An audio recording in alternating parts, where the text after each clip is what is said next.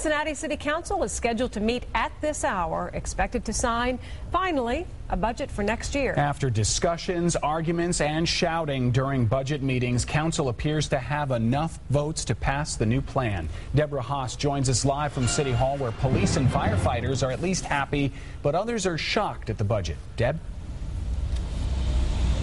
Well, Brendan, we have heard a lot from police and fire unions throughout this process. If the budget passes as is, the layoffs that have been talked about in those departments won't happen. Several one-time funding sources will help prevent that. But there are still massive cuts that will be coming to some other departments that could have far-reaching impact. Cindy Ransohoff came to City Council chambers today hoping for a miracle. As a public health nurse, she can't believe the Cincinnati Health Department will have its budget slashed by 25%, nearly $4 million. In home health, we see indigent people nobody else will see.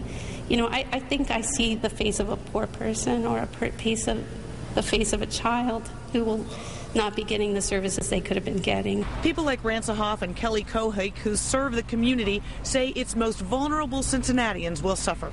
Women, infants, children, minority populations, elderly people, and a whole new insurgence of people from this economic downturn that's lost their jobs, and now they find themselves with very little resources. The health department says it'll have to eliminate school nurses, 40 of them in Cincinnati public schools, and work with fewer resources at clinics. The health commissioner says without a strong lobbying council, he knew his department was, quote, doomed.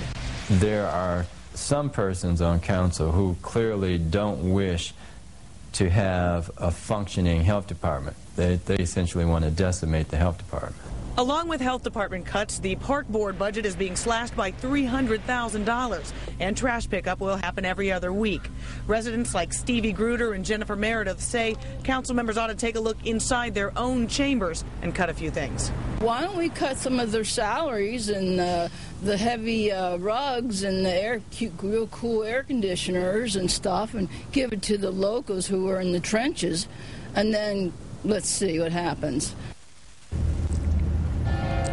What's happening here right now is the Finance Committee is meeting, going over every paragraph in the proposed budget. Once they're done, the entire City Council will vote on it. Again, is expected to approve the budget, but we'll see. Of course, we'll have that for you in a report at 11 o'clock. Brendan? Deborah Haas on the story for us tonight. Thanks.